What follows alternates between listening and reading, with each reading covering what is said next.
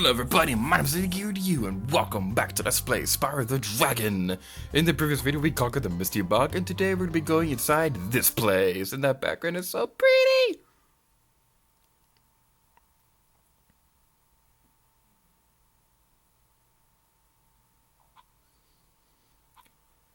So, this level has a pretty relatively simple design to it.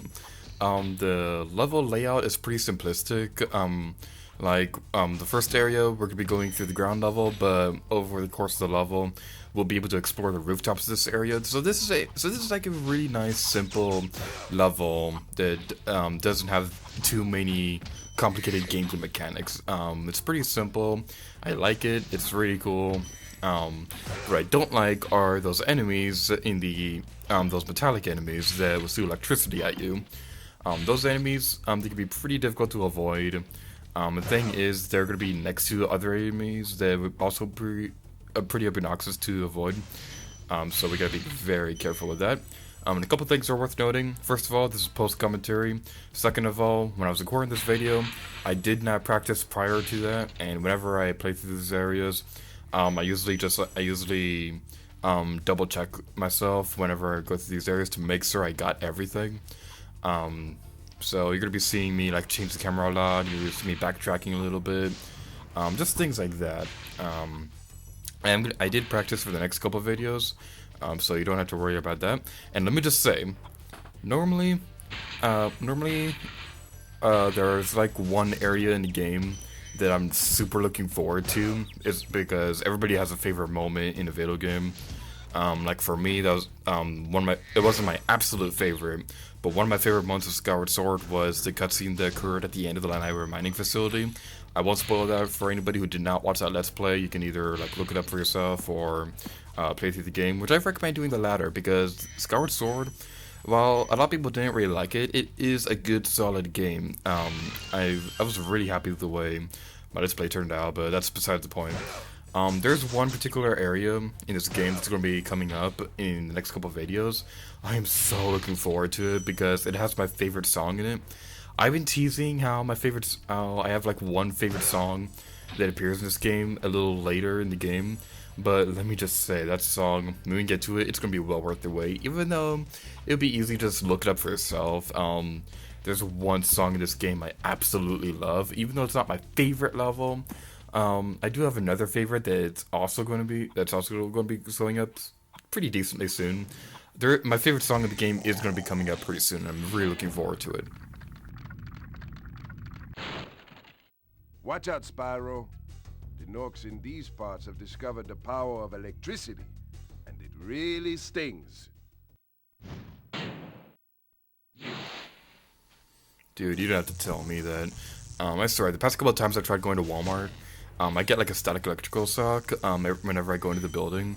Like I usually don't get statical electricity shocks, but the thing is, whenever I go to this one Walmart in particular, I like when I touch a shopping cart or even like a bag of cereal for buying groceries, I get a static electrical shock, and it is so annoying. Like I don't really mind it. It's not like really all that painful or anything. It's just really annoying.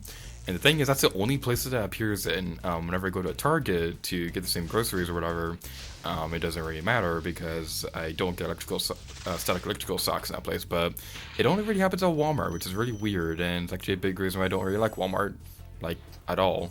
Walmart's kind of annoying. And what really annoys me about Walmart is, like, the Amiibo lineup. Because, whenever I go to a store, I usually like checking out the Amiibos, even if I know I won't be able to afford one that day. I like checking out the Amiibos just to see what they have in stock. Most of the stores I go to have a pretty decent variety in their selection. The Best Buy near me is the best example because they even had Dark Pit, Dark Pit, even though they had Dark Pit in store and it was really cool. But Walmart, whenever I go in there, they only ever either have a Pikachu or a Mario character. They never have anybody else, not even a Zelda character.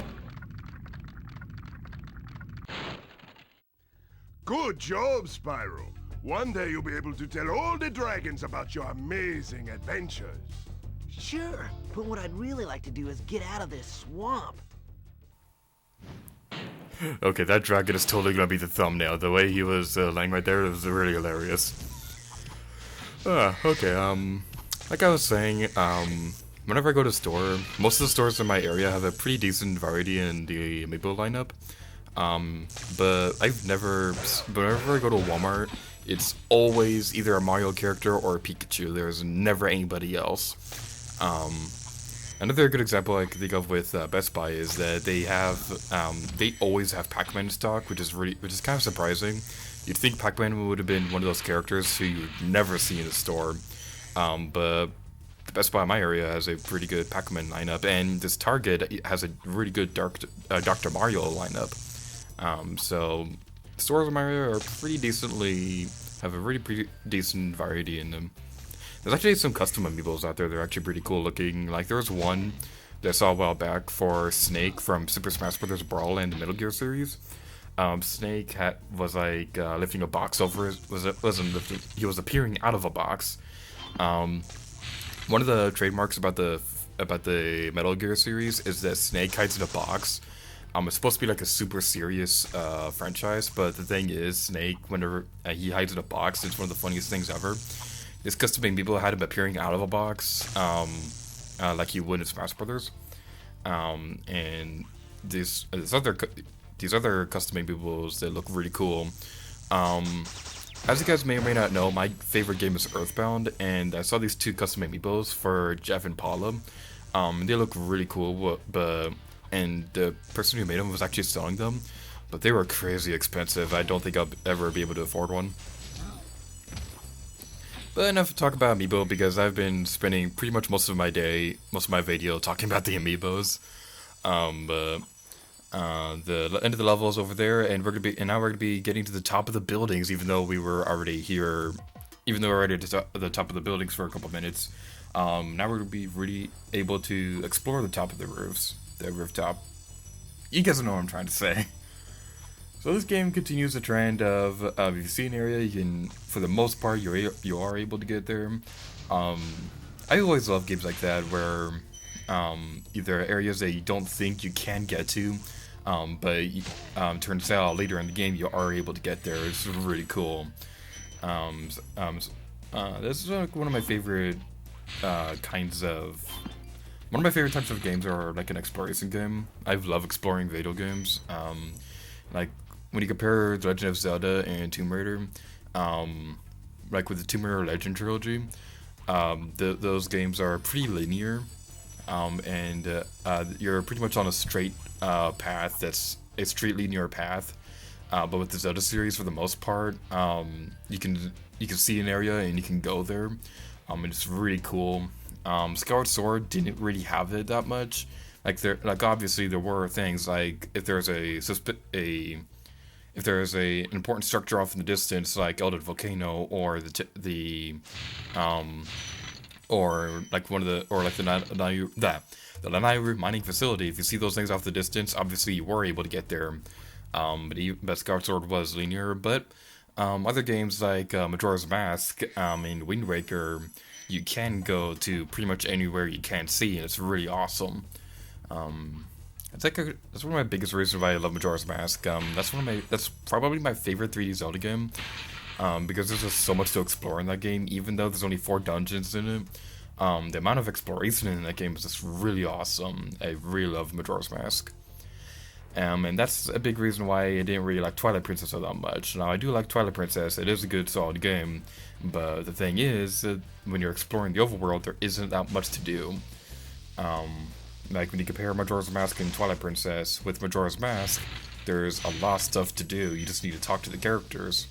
And when you're going between Clocktown and the different regions in the area, like the Great Bay Coast, when you're going from those two areas, it's not like it's that big of a gap, but between the entrance of Clocktown and the entrance to the Great Bay Coast, there's a lot of stuff to do.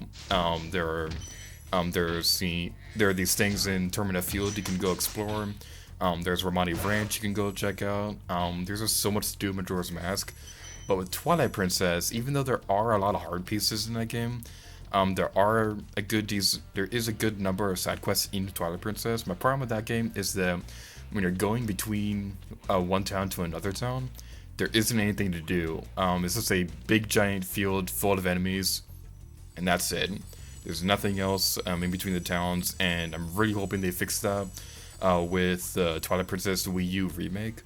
I'm not quite sure how they would be able to fix that, aside from like adding mini games or like mini bosses in between the towns, but I highly doubt they're gonna do that. Either way, I'm interested to see what they're gonna do with the Twilight Princess remake, because I really want to like Twilight Princess, but because there isn't that much to do in the game, that keeps me from really enjoying Twilight Princess. But with that, we're gonna end this video off here. So thank you guys so much for watching this video of Spyro the Dragon, and until next time, gear to you. Oh yeah.